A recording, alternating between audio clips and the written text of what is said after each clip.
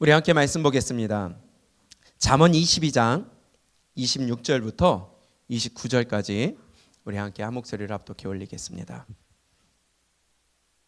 우리 그 목소리를 함께 합독합니다. 시작. 너는 사람과 더불어 손을 잡지 말며 남의 빚에 보증을 서지 말라. 만일 갚을 것이 내게 없으면 내 눈 침상도 빼앗길 것이라. 내가 어찌 그리하겠느냐. 내 선조와 세운 옛 지게석을 옮기지 말지니라. 내가 자기의 일에 능숙한 사람을 보았느냐. 이러한 사람은 왕 앞에 설 것이요 천한 자 앞에 서지 아니하리라. 아멘. 잠언의 지혜를 배우라. 오늘 87번째 시간입니다. 참 오랜 시간은 우리가 잠언을 보고 있는데 오늘은 또 지난 시간에 이어서 36가지에 이어지는 잠언 22장 하반절부터 이어지는 36가지의 교훈 중에 오늘 4번째, 5번째, 6번째 3가지 교훈을 우리 함께 나눠보도록 하겠습니다. 많은 사람들이 오늘 이 본문의 말씀을 가지고 우리 보증을 서지 말라고 말씀을 하고 있습니다. 보증이라는 것은요, 참 이것이 우리를 올가매는 올가미가 되는 것입니다. 보증 잘못 썼다가 폐가망신한다는 말을 많이 들어보셨잖아요. 보증을 서야 될까요? 말아야 될까요? 참 애매하죠. 오늘 한번 말씀을 보도록 하겠습니다. 오늘 26절에 이렇게 말씀을 해요. 너는 사람과 더불어 손을 잡지 말며 남의 빚에 보증을 서지 말라. 만약에 잘못 보증을 서게 되면 어떻게 되느냐? 27절입니다. 시작. 만일 갚을 것이 내게 없으면 내 눈 침상도 빼앗길 것이라. 내가 어찌 그리하겠느냐. 아멘. 다 빼앗길 수 있다는 거예요. 보증 잘못 서면은 네가 자는 침상 빼앗기고 네가 거리로 내몰릴 수 있고 그리고 네 자산 다 빼앗길 수 있고 너는 이제는 아무것도 가진 것이 없는 이런 일이 생길 수 있다. 보증 잘못 써가지고 거리가 멀어질 수도 있고요. 집이 망할 수도 있고요. 여러 가지 이런 얘기들을 주변에서 들어보셨을 것이고 또 드라마나 영화를 통해서도 우리는 사례들을 잘 찾아볼 수가 있습니다. 그러면 보증에 대하여서 성경은 뭐라고 하시며 또 잠언, 특히 이 잠언은 뭐라고 하시는지 우리가 한번 봤으면 좋겠습니다. 그런데요, 지금 끊임없이 우리가 잠언을 보고 있지만 계속하여 잠언은 성경 안에서 우리에게 주시는 말씀 아니에요? 맞습니까? 그냥 하나님의 말씀 맞아요? 이 교훈이 단지 우리에게 주시는 윤리적인 교훈이 되지 않기를 축복합니다. 하나님의 말씀이에요. 세상 살아가는 지혜로 끝나서는 안 된다는 것입니다. 우리의 믿음을 회복시키고 우리의 영혼을 살리고 이 말씀이 단지 세상을 살아가는 기준이 되고 세상을 살아가는 지혜가 된다면 그거는 생명이 될 수가 없고 성경이 될 수가 없다는 것이에요. 성경에 기록됐다는 것은 바로 이것이 생명이와 하나님의 말씀이기 때문에 우리는 하나님의 말씀으로 듣고 우리 영혼에 주시는 말씀으로 깨달아야 된다는 것이에요. 그럼 한번 보도록 하겠습니다. 잠언 6장을 볼까요? 잠언 6장 1절부터 5절까지 한번 보도록 하겠습니다. 잠언 6장 1절부터 5절입니다. 시작. 내 아들아, 내가 만일 이웃을 위하여 담보하며 타인을 위하여 보증하였으면 내 입의 말로 내가 얽혔으며 내 입의 말로 인하여 잡히게 되었느니라. 내 아들아, 내가 내 이웃의 손에 빠졌은즉 이같이 하라. 너는 곧 가서 겸손히 내 이웃에게 간구하여 스스로 구원하되 내 눈을 잠들게 하지 말며 눈꺼풀을 감기게 하지 말고 노루가 사냥꾼의 손에서 벗어나는 것 같이 새가 그물 치는 자의 손에서 벗어나는 것 같이 스스로 구원하라. 아멘.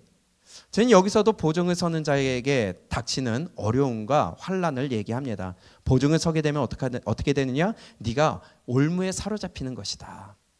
다시 한번 말씀해 드리지만요, 성경은 우리에게 영혼의 양식으로 주시는 것입니다. 삶의 지혜가 아니에요. 내 영혼의 지혜입니다. 그러면 이 안에서 주시는 말씀이 하나님이 나에게 주시는 그 깊은 뜻이 무엇인지를 알아야지 단지 이것만 보고 우리가 살아갈 때 이렇게 살아야게 됐구나 이렇게만 끝난다면 생명의 말씀이 될 수 없다는 것입니다.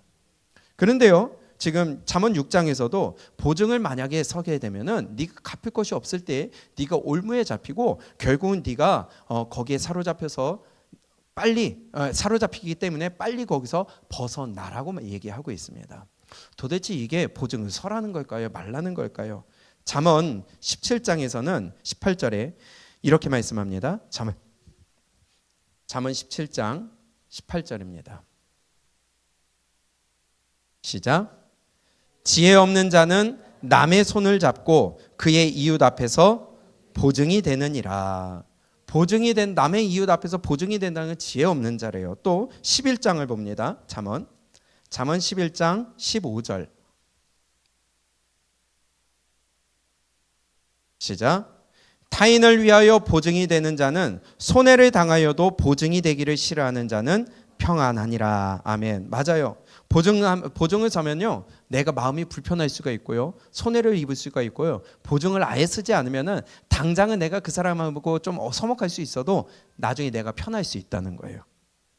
이런 말씀을 통해 보게 되면은 보증을 서지 않는 것이 유익합니다. 그리고 마땅한 거예요. 맞아요. 보증 서지 않는 것이 좋아요. 그것이 좋은 것입니다. 그러면 성경은 이 보증에 대하여, 보증 서는 것에 대하여, 담보에 대하여 성경은 절대적으로 반대하고 막고 있느냐, 금지하고 있느냐 라는 것을 한번 보게 된다면은 출애굽기에서는 또 이렇게 말씀하신다는 거예요. 25장입니다. 출애굽기 22장 25절 26절. 출애굽기 22장 25절 26절. 시작. 내가 만일 너와 함께한 백성 중에서 가난한 자에게 돈을 구워주면 너는 그에게 채권자같이 하지 말며 이자를 받지 말 것이며, 내가 만일 이웃의 옷을 전당 잡거든 해가 지기 전에 그에게 돌려보내라. 아멘. 이 말씀을 보니까 이웃의 것을 전당을 잡았다는 거죠. 그런 담보, 보증, 이거 성경은 허락한다는 겁니다. 이해가 되세요?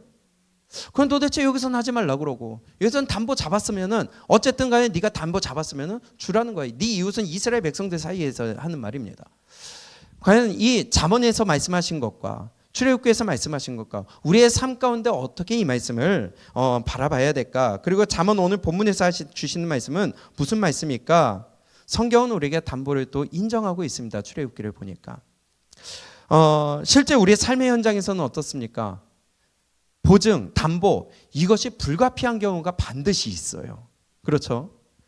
내 관계 속에서 내가 은혜 입은 사람한테 그 사람이 나에게 담보를 서달라고 할 때에 안 해줄 수가 없는 경우도 있어요. 때로는 지금 많이 없어졌지만 때로는 구직 활동을 할 때도 담보나 보증을 쓰라고 할 때도 있어요. 심지어는요, 교회가 건축을 합니다. 교회가 돈을 쌓아놓고 건축하는 경우는 없잖아요. 그러면 은행에서 대출을 받아야 되는데 교회마다 보증을 씁니다. 그래서 교회 직분자들이, 앞장서는 분들이 보증을 서서 대출을 받아요. 그럼 교회도 하는데 이것이 어떤 일이냐? 그냥 잘못된 건가요? 우리가 어쩔 수 없이 해야 되는 경우도 있습니다. 그러면 오늘 본문에서 오늘 잠언 22장에서 우리에게 주시는 말씀은 무슨 말씀일까요? 성경적인 지혜는 바로 우리에게 게으름을 얘기하고 있다는 것입니다. 너희가 이 잠언 6장에서 우리가 아까 봤듯이 다시 한번 보세요. 잠언 6장 1절을 보시면은 담보에 대한 얘기를 하시면서, 보증에 대한 얘기를 하면서 뭐라고 말씀하냐면, 내 아들아, 내가 만일 이웃을 위하여 담보하며 타인을 위하여 보증하였으면 내 입의 말로 내가 얽혔으면 내 입의 말로 인하여 잡히게 되었느라. 잡히게 된다는 거예요. 그리고 내 아들아, 내가 내 이웃의 손에 빠졌은즉 이같이 하라. 너는 곧 가서 겸손히 내 이웃에게 간구하여 스스로 구원하되 내 눈을 잠들게 하지 말며 눈꺼풀을 감기게 하지 말고, 노루가 사냥꾼의 손에서 벗어나는 것 같이 새가 그물 치는 자의 손에서 벗어나는 것 같이 스스로 구원하라. 거기서 빠져나오기 위해서 힘을 쓰라는 거예요. 보증과 담보는 잘못하면요, 우리에게 게으름을 줄 수 있다는 것을 우리는 알아야 된다는 것입니다. 내가 갚을 수 있는 능력도 없으면서 보증을 서요. 갚을 수 없는 능력도 없으면서 담보를 맡겨요. 이것은요, 내가 게으르다는 거예요. 또 다시 한번 바꿔서 얘기하면 우리는 이러한 중요한 결정을 하고 일을 할 때에 심사숙고하라는 거예요. 매사에 심사숙고하고 결정하라는 것을 오늘 잠언이 22장에서 말씀해 주는 것이라고 우리는 봐야 된다는 것입니다.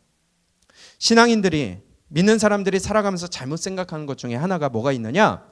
나는요 은혜로 한다고 하다가, 나는요 믿음으로 한다고 하다가, 나는요 이것이 될 줄로 믿습니다 하면서 하다가 결국은 게을러진다는 거예요. 우리가 생각할 것은요, 게으름은 하나님이 절대로 인정하시는 것이 아니라는 거예요. 게으른 것은 하나님이 정죄하시는 일입니다. 그런데 이 보증과 담보, 이것을 비유로 말씀하실 때에 매사에 너희가 심사숙고하고 결정해라. 함부로 보증 서지 말아라. 함부로 담보 내지 말아라. 함부로 네가 이런 일을 결정하지 말아라 하는 것을 우리에게 말씀하고 계신다는 것을 오늘 우리는 깨달아야 된다는 것이에요. 많은 사람들이 은혜로 한다고 그래요. 믿음으로 한다고 그래요. 좋습니다. 필요합니다. 그러나 그렇게 했으면은 그 다음에는요, 우리가 해야 될 것은 게을르지 말고 내가 내 할 일을 해야 돼요. 하나님 앞에 맡겨놨으면은 맡겨놓고 그냥 띵가띵가 놀 것이 아니라, 맡겨놨으면 기도하며 내가 할 일을 죽어라 해야 돼요. 내 책임을 다해야 돼요. 내가 할 일을 해야 돼요. 그것이 진짜 믿음입니다. 근데 맡겨놓고 보증 섰다 해놓고선 하나님이 나의 보증이야 하면서 은혜로 나아갑니다, 믿음으로 나아갑니다 하면서 나는 하지도 않고 그냥 기도하고 누워있다, 앉아있다, 먹고 마시고 있다, 그것은 믿음이 아니라 불신앙입니다. 하나님 앞에 심판받을 일이라는 것이에요. 하나님께 우리는 기도는 하지만, 그러나 내가 내 자리에서 할 일과 책임은 다하는 믿음 있는 자가 되시기를 축복합니다. 어떠한 결정을 할 때 그래서 심사숙고해야 돼요. 하나님 앞에 서원할 때도 심사숙고 서원하고 서원해야 돼요. 그냥 무작정 하나님 나 이거 서원합니다 했다가 하나님은 그 서원 네가 해가 될지라도 갚으라고 그랬잖아요. 서원하는 거 그거 보증하는 거 아니에요? 보증 쓰는 거 아닙니까? 하나님 나 이거 하나님 앞에 드릴게요 해놓고선 난 가만히 있고 그거 안 지켜요? 그럼 보증 안 지키는 거나 마찬가지 아니겠어요? 심사숙고하라는 것을 오늘 잠언이 우리에게 말씀하고 있습니다. 보증선언과 같이 중요한 일을 할 때에 우리가 은혜로 믿음으로 하는 것도 중요하지만, 그러나 그 이면에 내가 심사숙고하고 철저하게 내가 앞뒤 따져가며 내가 할 수 있는 일인지 없는 일인지, 그런데 내가 죽어라 해서 내가 할 수 있는 일이 없는 일인지, 그리고 하나님의 은혜를 구하며 나아가야지, 그렇지 않고 무작정 무책임하게 내가 무조건 나아간다고 한다면 그 책임 내가 져야 되고 올가매어진다는 거예요. 거기에 얽매이게 된다는 거예요. 무조건 보증 서지 말아라 이 말이 아니라, 또한 너희 이웃이 어려움에 처했을 때 너희가 도와주라고 성경은 말씀하고 있잖아요. 내가 할 수 있는 한도에서 하시기 바랍니다. 특별히 교회 안에서 우리가 서로 간에 이 금전적인 문제 때문에 문제가 생기지 않기를 축복합니다. 돈 거래하지 마세요. 교회 안에서 서로 간에 보증 서지 마세요. 만약에 그런 일이 있을 때 내가 책임질 수 있는 한도 내에서, 내가 사랑하는 마음으로 그 사람을 도울 수 있는 한도 내에서 해야지, 내가 책임지지도 못하는 상황까지도 한다면 교회 안의 분란과 문제와 그것 때문에 공동체가 깨어질 수 있다는 것입니다. 심사숙고하시기 바랍니다. 그래야 서로가 교회 안에서 보증을 요구할 것도 아니고요, 그렇다고 내가 거절받았다고 해서 그거 갖고 기분 나빠할 것도 아니고요. 아멘. 교회 안에서 우리 절대로 금전적인 거래 있지 않기를 원합니다. 내 물건 팔려고 아무리 좋아도요, 좋으면 소문 나게 돼 있어요. 그렇죠? 그러면은 그거 갖고 우리 팔고 어쩌고 소개하고 그럴 것도 없이 나는 교회 안에서 신앙생활하는 거예요. 여기는 이익 집단이 아니에요. 아, 이거는 저 사람이 진짜 돈 많이 벌 텐데, 그 사람의 믿음이에요. 우리는 그 사람의 신앙을 돕고 그 사람의 믿음을 세워주는 자가 되어야지, 돕는 자가 되어야지, 그 사람의 어떠한 삶이나 물질적인 것이나 경제적인 것을 도울 것은 그 사람이 하나님 앞에서 받을 분복이지 내 역할이 아니에요. 우리 돈거래 있지 않기를 원합니다. 이러한 일로 교회 안에 분란이 없기를 축복합니다. 만약에 그런 일이 있을 때에 우리 마귀가 가장 틈타기 쉽다는 거예요. 우리는 믿음이 앞서야지 다른 것이 앞세워지면 절대로 안 된다는 것. 그래요. 성경에서 우리에게 보증 서지 말라 하는 것은 심사숙고해라. 항상 너는 다시 한번 따지고 믿음으로만 나갈 것이 아니라 네가 네 자리에서 최선을 다해라. 아멘. 기억하시기를 축복합니다. 많은 교회들이요, 교회 안에 이 금전거래 때문에 문제가 생기고 깨어지는 경우가 많이 있습니다. 성도 간에 다투는 경우가 많이 있습니다. 들어보셨잖아요. 여러분, 교회 안에서는 믿음이 앞서야 됩니다. 말씀이 앞서야 됩니다. 영혼을 무너뜨린 일이 있으면 안 되는 거예요. 너희 중에 작은 소자 하나가 믿음으로 인하여서 실족하게 되면 차라리 연자맷돌을 목에 매어 바다에 빠뜨리는, 죽는 게 낫다는 거예요. 왜 기껏 세운 믿음의 사람들을 자꾸만 넘어뜨리냐는 거예요. 우리 믿음을 세우는 자가 되어야지 쓰러뜨리는 자가 되지 않기를 축복합니다. 오늘 네 번째 교훈이 바로 그거예요. 심사숙고해라. 그러면 우리의 말도 항상 심사숙고하고 늘 삼가야 되지 않겠어요?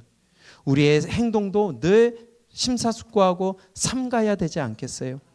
우리의 언행을 늘 조심하며 믿음의 말과 믿음의 행동을 통하여 다른 영혼들을 살리고 다른 영혼들을 세우는 역할을 해야지, 짓밟거나 넘어뜨리거나 실족하게 만든다면 그것은 하나님 앞에 심각하게 책임을 물으실 것입니다.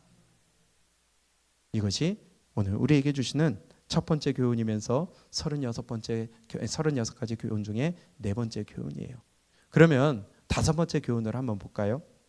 오늘 본문 말씀 28절입니다. 우리 함께 크게 읽어봅니다. 시작. 내 선조가 세운 옛 지계석을 옮기지 말지니라. 아멘. 지계석이 뭘까요? 경계를 알려주는 것입니다. 표식이에요.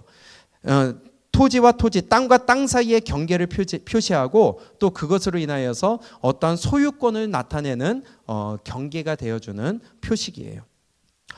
이스라엘 백성들은 하나님이 가나안 땅을 정복하고 거기에서 지파별로 다 땅을 나눠줬습니다. 니네는 여기서 여기까지, 니네는 여기서 여기까지 하며 경계를 나눠주셨어요. 그러면은 그 땅은 누가 주신 거예요? 싸운 것은 누가 싸웠는데요? 백성들이 싸웠는데 그러면 자기들 거 아니에요? 그러나 그 땅은 주신 분은 하나님이시라는 겁니다. 그러면 그 땅의 주인은 누구라는 거예요? 하나님이 주인이시라는 거예요.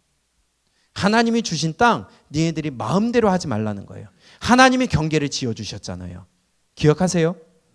그러면 성경은 이렇게 말씀하십니다. 레위기 25장 23절입니다.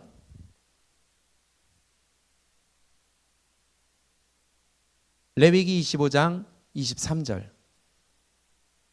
우리 큰 목소리로 함께 읽습니다. 시작. 토지를 영구히 팔지 말 것은 토지는 다 내 것임이라. 너희는 거류민이요 동거하는 자로서 나와 함께 있느니라. 아멘. 토지를 영구히 어떻게 하지 말라고요? 팔지 말고 그 주인이 누구다? 하나님이시라는 거예요. 그래서 이스라엘 백성들의 그 관례 가운데, 율법 가운데는 너희가 땅의 경작권을 다른 사람이 가져갔을지라도 50년째 희년이 됐을 때는 반드시 주인에게 돌려주라고 그랬잖아요. 영원히 팔 수가 없어요. 이것 때문에 있었던 사건이 뭐예요? 나봇 사건이었잖아요. 아합이 나봇의 포도원을 뺏으려고 했지만은, 팔아라 했지만은 난 팔 수가 없습니다. 이건 하나님의 것이 막아놓은 것입니다. 그랬다가 죽은 게 나봇이었어요. 그렇다면은 이 땅의 경계를 내 마음대로 바꾼다는 것, 땅의 지계표를 내 마음대로 옮긴다는 것, 땅의 경계를 내 마음대로 넓히든지 좁게 한다든지 남의 것을 좁게 한다든지 넓게 한다든지, 이것은 하나님의 것을 내가 바꾼다는 거예요. 기억하세요? 동의하세요? 하나님의 것을 내가 바꾼다는 거예요. 그러면 월권이라는 것입니다. 그건 욕심이에요. 교만이에요. 하나님의 영역을 넘어서는 거예요. 오늘 하시는 말씀이 무엇이냐? 하나님이 세우신 경계 너 넘어가지 말아라. 네가 마음대로 바꾸지 말아라는 거예요. 신명기 19장 14절에 보면 내 하나님 여호와께서 내게 주어 차지하게 하시는 땅 곧 내 소유가 된 기업의 땅에서 조상이 정한 내 이웃의 경계표를 옮기지 말지니라.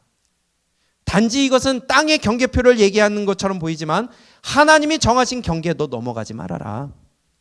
우리의 삶 가운데 하나님이 하지 말아라, 이것은 해라 하는 거 너 그거 옮기지 말아라. 하나님이 정하신 범위 너 넘기지 말아라. 만약에 신명기 27장 17절에 그의 이웃의 경계표를 옮기는 자는 저주를 받을 것이라 할 것이요 모든 백성은 아멘 할지니라. 하나님이 정하신 범위가 있다는 거예요.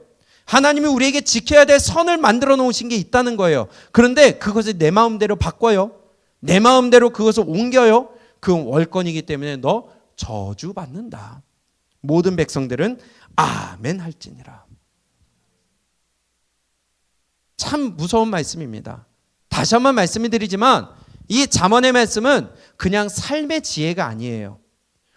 하나님의 말씀이요, 하나님의 말씀은 단지 윤리적으로 우리에게 주신 말씀이 아니라는 것입니다. 내 영혼에게 주시는 말씀이라는 거예요. 그냥 단순히 지게표로 옮기지 말아라, 지게석으로 옮기지 말아라. 남의 땅 침범하지 말아야지. 어차피 난 땅도 없는데 뭐 잘 됐네. 가 아니라는 것입니다. 하나님이 세우신 범위가 있어요. 하나님의 말씀의 범위가 있어요. 예배 드리라고 그랬어요. 기도하라고 그랬어요. 희생하라고 그랬어요. 섬기라고 그랬어요. 하나님을 위하여 나아가라고 그랬고요. 아멘. 자기를 부인하라고 그랬고요. 자기 십자가를 지라고 그랬고요. 내 물질 그거 따라가지 말아라. 주 신이다. 그런데 자꾸 하나님이 세우신 범위를 넘어선다는 거예요. 하나님은 이것까지 하라고 그랬는데 하나님 내 사정 아시잖아요 하면서 지게표를 범위를 내 앞으로 갖고 와요. 이만큼만 해도 되잖아요. 내 바쁜 거 알면서 하나님 요거는 좀 너무 쪼잔하잖아요. 좀 이렇게 넓히면 얼마나 좋아요. 그런다면 너 선을 넘어가는 것이다. 하나님이 세우신 범위 넘어가지 말라는 거예요. 단순히 윤리적으로 주시는 우리의 도덕적인 말씀이 아니라는 거예요. 이 성경 말씀 전체가 하나님이 우리에게 주시는 경계 아니에요. 이스라엘 백성들에게 너희에게 이것을 이스라엘 백성들의 삶을 통하여 너희가 거울 삼으라고 했듯이, 그러면 이스라엘 백성들이 선을 넘어갔다가 그들이 멸망받고 저주받고 하나님 앞에서 징계받은 것을 기억하느냐? 그럼 그거 거울 삼아서 너희 그거 넘어가지 말아라. 근데 이 어리석은 인간들이 꼭 그걸 알면서도 들었으면서도 아멘 했으면서도 자꾸만 내 마음대로 지게석을 옮기는 거예요. 조금 불편하면 내 앞으로 와서 범위를 좁히고요. 조금 내가 유익될 것 같으면 범위를 넓혀가지고 그거 월권이라는 거예요. 이것이 바로 욕심이고요. 죄가 된다는 것입니다. 동일한 말씀을 잠언 23장도 말씀해요. 잠언 23장 10절과 11절입니다. 여기서는 뭐라고 말씀하시느냐? 시작. 옛 지게석으로 옮기지 말며 고아들의 밭을 침범하지 말지어다. 대저 그들의 구속자는 강하시니 그가 너를 대적하여 그들의 원한을 풀어주시리라. 아멘. 물론 이 말씀은 어려운 자들의 것을 빼앗지 말라는 거예요. 그들의 것을 범위를 줄어들게 만들지 말라는 거예요. 그렇게 한다면은 하나님이 그들을 대신하여 너와 싸우겠다. 하나님과 싸워서 이길 자 있을까요? 만약에 그런 사람이 있으면 저희 여기 안 있죠. 그 사람 따라가야죠. 그렇죠? 마찬가지로 하나님이 정하신 범위, 하나님이 정하신 법, 하나님이 정하신 어떠한 경계 너 넘어가지 말아라. 네가 마음대로 그 범위 정하지 말아라. 네가 하나님이냐?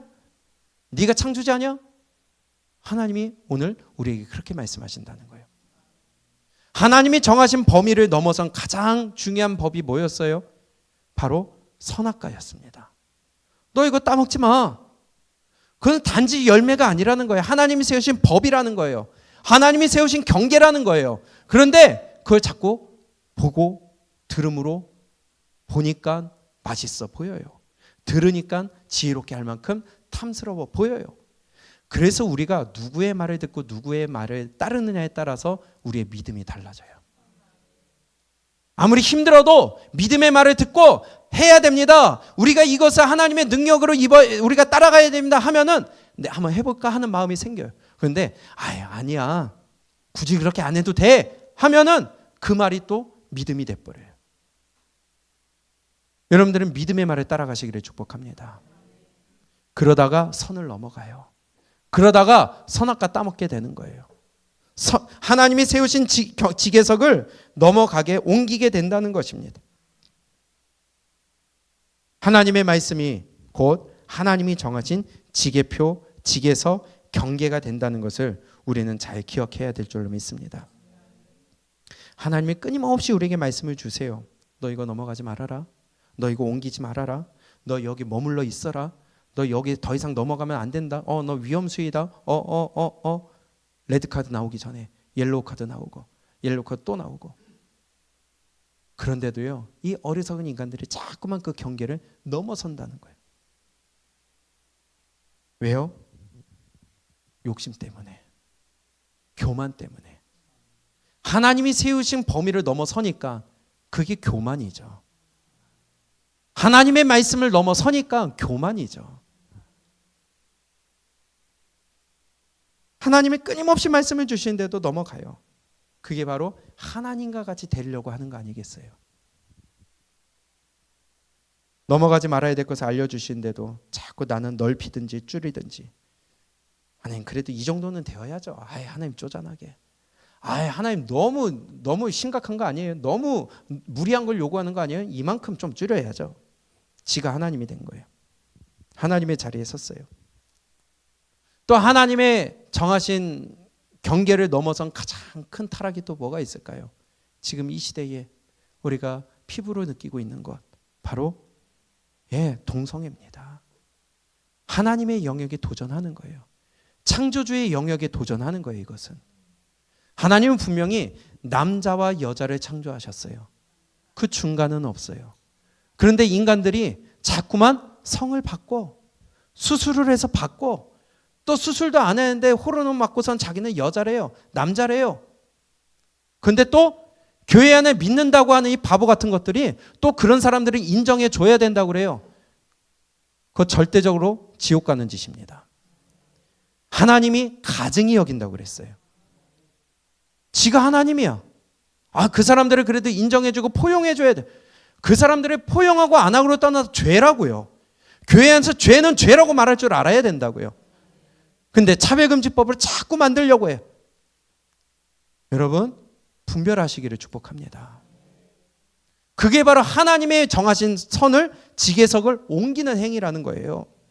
그거 저주받을 짓이라고 성경은 우리에게 말씀하고 있다는 겁니다. 트랜스젠더를 자꾸만 그 사람이 잘못되고 못되고 우리가 그 사람을 차별하고 하는 이 문제가 아니라 그것은 죄다라는 기준을 우리가 알려줘야 된다는 거예요. 근데 왜 니네들은 그러냐 하며 교회 안에서 마치 교인들조차도 그건 교인들 아니에요. 그건 마귀의 자식입니다. 하나님도 모르면서 하나님을 섬긴다고 그래요. 하나님의 법도 따르지 않으면서 하나님을 믿는데요. 아니요. 그 불신앙 중에 가장 큰 불신앙입니다. 하나님이 세우신 경계, 하나님이 세우신 법, 하나님이 세우신 선, 우리 넘어가지 않기를 축복합니다. 하나님이 하지 말라고 선을 그어놓으신 것은 우리를 가둬놓으려고 하는 게 아니에요. 우리를 묶어놓으려고 하고 우리를 뭔가 포로로 잡아서 자유를 뺏으려고 구속하려고 하는 것이 아니라는 것입니다. 우리의 자유를 박탈하는 게 아니에요. 오히려 죄 가운데 얽매여 마귀의 자식으로, 사단의 자식으로 어둠 가운데 있는 자들을 예수 그리스도의 보혈로 풀어주시고, 아멘, 자유함을 주셔서, 아멘, 마음껏 하나님의 경계 안에서 마음껏 축복을 누리라고 우리를 풀어주신 게 바로 그 경계라는 거예요. 근데 그 안에 있는 것이 마치 나를 자유를 구속하는 것처럼 착각하고 그걸 넘어서려고 하니까 결국은 하나님의 법을 넘어서 하나님이 되려 하고 월권을 하고 교만하여 결국은 어둠의 자식으로 다시 전락하게 되는 것이죠. 요한복음 8장에서 뭐라고 합니까? 너희 아비, 거짓의 아비 사단이라고 하잖아요. 에베소서 2장 2절과 3절은 뭐라고 합니까? 그때 너희는 그 가운데서 행하여 이 세상 풍조를 따르고 공중의 권세 잡은 자를 따랐으니 곧 지금의 불순종의 아들들 가운데서 역사하는 영이라. 전에는 우리도 다 그 가운데서 우리 육체의 욕심을 따라 지내며 육체와 마음에 원하는 것을 하여 다른 이들과 같이 본질상 진노의 자녀이었더니. 거기서 우리를 자유케 하셨다고요. 거기서 우리를 해방하셨다고요. 그리고 너희 이거 넘어가지 마. 이거 넘어가면 어둠으로 들어가는 거야. 여기서 네가 진정한 자유를 누려. 참 자유와 참 복과 참 최고의 하나님의 선물을 우리에게 주셨음에도 불구하고 자꾸만 저 경계선이 보이는 거예요. 저거를 자꾸 넘어왔다, 넓혔다, 줄였다. 하나님의 영역입니다. 그거 하지 말라는 거예요. 우리가 이 세상에 살아가면서 우리가 자꾸 이런 일을 하는 게 많아요. 그래야 세상의 기준이 교회 안에 들어오면 안 된다는 거예요. 세상의 가치관이 교회 안에 들어오면 안 된다는 거예요. 우리는 오직 성경적 가치관, 성경적 기준이 우리의 올바른 가치관이요 기준이 되어야 되겠습니다. 갈라디아서 5장 1절에 그리스도께서 우리를 자유롭게 하려고 자유를 주셨으니 그러므로 굳건하게 서서 다시는 종의 멍에를 매지 말라. 우리를 자유하게 하셨어요. 그 자유 안에서 이제 누리기만 하면 돼요. 근데 그 누리기만 하면 되는 걸 가지고선 자꾸 다른 걸 쳐다보고 저거면 더 좋을 것 같은데, 여러분 죄짓지 마시기를 축복합니다. 경계서 옮기지 말기를 축복합니다. 내 마음대로 지게서로 옮기지 마세요. 그래도 이것까지는 되지 않을까? 하나님이 쪼잔하게 이것까지 이해 못하실까? 이해 안 해주세요. 그건 네 생각이고, 나는 말했다, 말한 대로 갚으신 하나님이시다. 우리 하나님의 말씀 지게서 여러분들 마음대로 옮기지 않기를 축복합니다. 이것이 오늘 두 번째 우리에게 주시는 교훈입니다. 하나님이 세우신 것 허물지 말아라. 세 번째, 오늘 29절 함께 읽습니다. 시작. 내가 자기의 일에 능숙한 사람을 보았느냐? 이러한 사람은 왕 앞에 설 것이요 천한 자 앞에 서지 아니하리라. 아멘. 이 오늘 세 번째 교훈은 오늘 첫 번째 교훈과 좀 연관이 있을 수 있겠는데요. 바꿔 얘기하면 능숙한 자라는 것은요, 숙달됐다는 거 아니겠어요? 잘한다는 것입니다. 그러면 그 사람들은 바로 바꿔 얘기하면은 장인들을 보면요, 끊임없이 개발을 합니다. 그 일을 열심히 합니다. 성실하다는 거예요. 그는 자기 맡은 일에 최선을 다한다는 거예요. 성경에서 또 누구누구 앞에 선다, 오늘 왕 앞에 선다고 돼 있는데 누구누구 앞에 선다는 것은 그 사람에게 내가 총애를 받는다는 의미입니다. 성경에서는. 그러면 능숙한 자가 왕 앞에 선다, 능숙한 자가 열심히 일하는 자, 자기 일에 최선을 다하는 자가 왕에게 총애를 받는다라고 볼 수가 있겠는데, 바꿔 얘기하면요, 우리가 하나님께서 나에게 허락하신 일들 최선을 다하라는 것이에요. 궤도루팡 아세요? 도둑의 대명사 아니에요? 궤도루팡. 그런데요, 월급 루팡이 있는 거 아세요? 회사에 월급을 루팡하는 사람들이 있어요. 일은 제대로 안 하면서 월급만 따박따박 타가요. 만약에 여러분 동료 중에 옆에서 같이 일을 하는데 나보다 저 사람 맨날 땡가땡가 놀아. 근데 월급은 따박따박 타가요. 기분 좋죠? 나도 저렇게 해야지. 그런 사람이 있을까요? 열받지 않아요?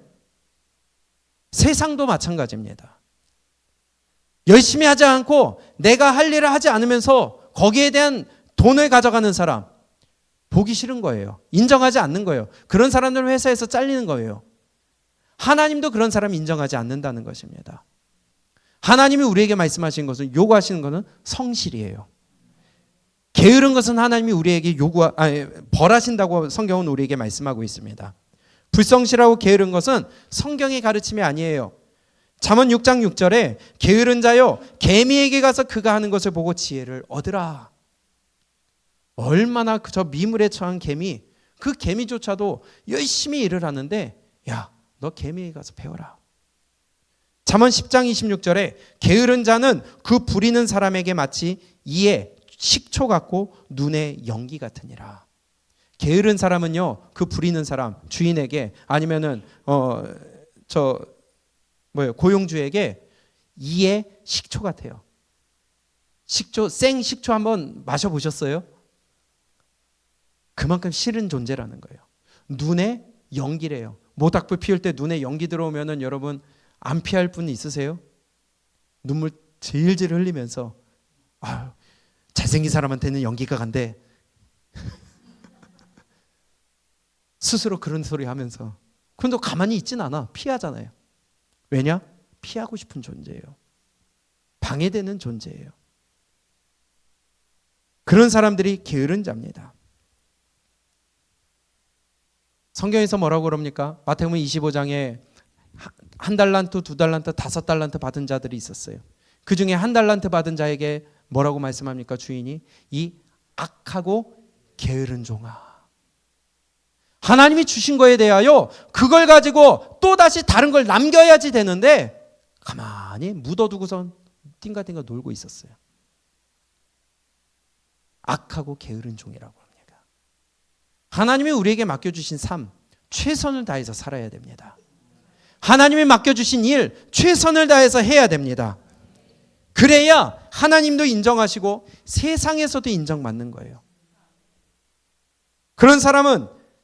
그렇지 않은 사람은 세상도 싫어하지만 하나님도 싫어하세요. 성경은 우리에게 이렇게 교훈합니다. 골로새서입니다. 골로새서 3장 22절입니다.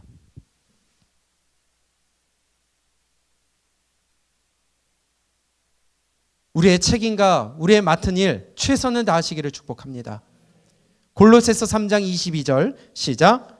종들아 모든 일에 육신의 상전들에게 순종하되 사람을 기쁘게 하는 자와 같이 눈가림만 하지 말고 오직 주를 두려워하여 성실한 마음으로 하라. 아멘. 너희들이 주 앞에서 일을 하는 것처럼 해라. 너희가 상전들에게 눈가림만 하지 말아라. 그런데 믿는 사람들이 이러한 본을 보이지 못하는 경우가 있다라는 거예요. 어떤 사람들은 교회 공사를 안 한대요. 어떤 사람은 교회 다닌 사람들이랑 거래를 안 한대요. 어떤 사람들은 교인들이랑 어떠한 일을 안 한대요. 왜 이런 일을 받습니까? 왜 이런 취급을 받습니까? 물론 다 그런 거 안 했겠지만 그들이 겪은 믿는다고 하는 실은 안 믿는 자죠. 그거는. 그런 사람들 때문에 믿음의 길을 가는 사람들까지 피해를 보고 오해를 받는 것입니다. 어떤 사람들은요, 난 주일이라서 출근 못해요. 교회 가야 돼요. 이래놓고서는 지 일은 마무리를 안 해요. 이거 하나님 욕먹이는 거 아니에요? 교회 가야 된다고 하면서 나는 예배 드리러 가야 된다고 하면서 그러면은 평소에 월요일부터 토요일까지 토요일날 쉬는 날인데요. 나가. 주를 위해 일을 해야 되는 거예요. 아멘. 주를 위해 내 책임을 다해야 되는 거예요. 내가 예배 드리려면 월요일부터 토요일까지 열심히 일을 해야 되는 거예요. 그게 하나님이 우리에게 요구하시는 것입니다. 그런데 주일날 예배 드려야 되니까 난 못 나와요. 그러고는 맨날 놀고 앉아 있어요. 월급 루팡 짓이나 하고 있어요. 그것은요 믿음이 아니라는 것입니다. 예배 드리러 나와봐야 그 예배 하나님이 안 받으신다는 거예요. 밤을 새워서라도 일을 해놓고 마무리를 지어놔야지. 그렇지 않으면서 교회 간다? 그것은 도리어 하나님을 욕먹게 만드는 것입니다. 일하는 게 내 손에 익질 않아. 그것 때문에 자꾸 욕을 먹어. 그러면 밤을 새서라도 반복해서 연습을 하든지. 그렇죠? 그게 바로 우리들의 자세라는 거예요. 하나님이 우리에게 요구하시는 것이 성실입니다. 게으르지 말라는 것입니다. 하나님의 일에 대해서도 마찬가지예요. 세상 일은 이렇게 열심히 해요. 밤을 새가면서 열심히 하고요. 내 육을 위해 돈 버는 일을 위해서는 힘을 다해서 해. 그런데 영의 일은, 더 중요한 영의 일은요, 내 영혼을 위한 것은요, 이거 반대로 돼도 안 되고 다시 반대로 돼도 안 된다는 거예요. 아멘. 세상 일은 열심히 하고 영양제를 먹어가면서 일을 하고 밤을 새가면서 일을 하고 돈 벌기 위해 내 최선을 다하는데 하나님의 일을 위해서는, 기도하는 일은요, 말씀 보는 일은요, 내가 하나님과 교제하는 것은요, 내가 주님 앞에 엎드리는 시간은요, TV 보는데 1시간 2시간은 편하네요. 그런데 기도 1시간 2시간 하려면 미치는 거예요. 막 그러면서 하나님 믿는다고요? 오늘 우리에게 주시는 말씀이 무엇입니까? 자기 일에 능숙한 사람을 보았느냐? 이러한 사람은 왕 앞에 설 것이요 천한 자 앞에 서지 아니하리라. 육의 일이든지 영의 일이든지 우리는 최선을 다해야 될 줄로 믿습니다. 세상 일이나 교회 일이나 세상 것인 육의 일이나 내 영혼에 위한 일이나 우리는 최선을 다해야 돼요. 그래서 하나님 믿는 사람은요, 바쁠 수밖에 없어요. 세상 사람들은 일이 끝나면 내 취미를 위해 살아요. 내 만족을 위해 살아요. 내가 하고 싶은 걸 위해 살아요. 즐기고 싶은 걸 위해 살아요. 내가 만나고 싶은 사람 만나요. 먹을 걸 위해 가요. 그러나 우리는 그 나머지 시간은 또 내 영혼을 위해 또 투자하는 거예요. 기도하려 달려 나오는 거예요. 집에 가서 말씀 보는 거예요. 가능하면 주님과의 시간을 늘리는 거예요. 이것이 옳은 믿음이라는 것을 오늘 우리에게 말씀해 주고 있습니다. 로마서 12장 11절에 부지런하여 게으르지 말고 열심을 품고 주를 섬기라. 열심을 품고 주를 섬기라. 세상 일만 열심히 하라는 거 아니에요. 열심을 품고 주를 섬기라. 세상 일도 열심히 해야 되지만 그에 못지않게 영의 일도 여러분이 힘을 쓰시기 바랍니다. 교회에서 여러분들에게 맡겨주신 책임들, 여러분들 힘을 써서 책임을 다하시기를 축복합니다. 이것이 바로 믿음이요 우리의 가야 할 신앙의 방향이라는 것입니다. 다시 한번 말씀을 드리지만요, 잠언이 지혜의 말씀이지만 보증 서지 말아라, 혹은 너 게으르지 말아라, 어떤 윤리적인 얘기 같아도요, 아니요, 우리의 영혼에 대한 말씀입니다. 너 하나님이 세우신 경계에 넘어가지 말아라. 너 늘 심사숙고하고 함부로 너 결정 내리지 말아라. 너 육의 일도 열심히면 영의 일도 열심히 해라. 너 육의 일 열심히 하여 세상 가운데 빛이 되고 소금이 되라. 인정받는 자가 되어라. 이것이 하나님의 이름을 빛내는 일이다. 세상적인 윤리와 세상적인 도덕이 아니라 바로 우리의 신앙생활을 어떻게 해야 될지를 알려주시는 하나님의 말씀이라는 거예요. 우리 착각하지 맙시다. 이 땅에 천년 만년 살 거 아니에요. 이 땅에 끝까지 있을 사람 아무도 없어요. 안개와 같이 사라질 것입니다.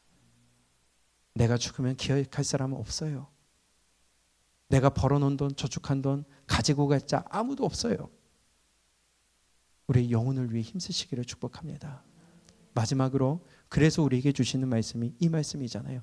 전도서 12장 13절 14절입니다.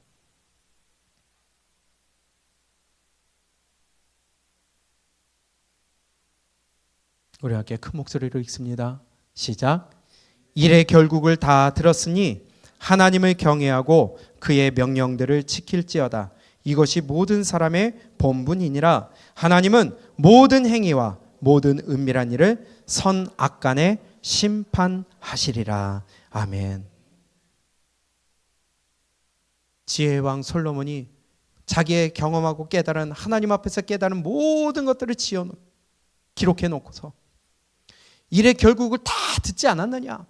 결국은 다 손에 잡히는 것이 없다. 바람과 같이 날아간다.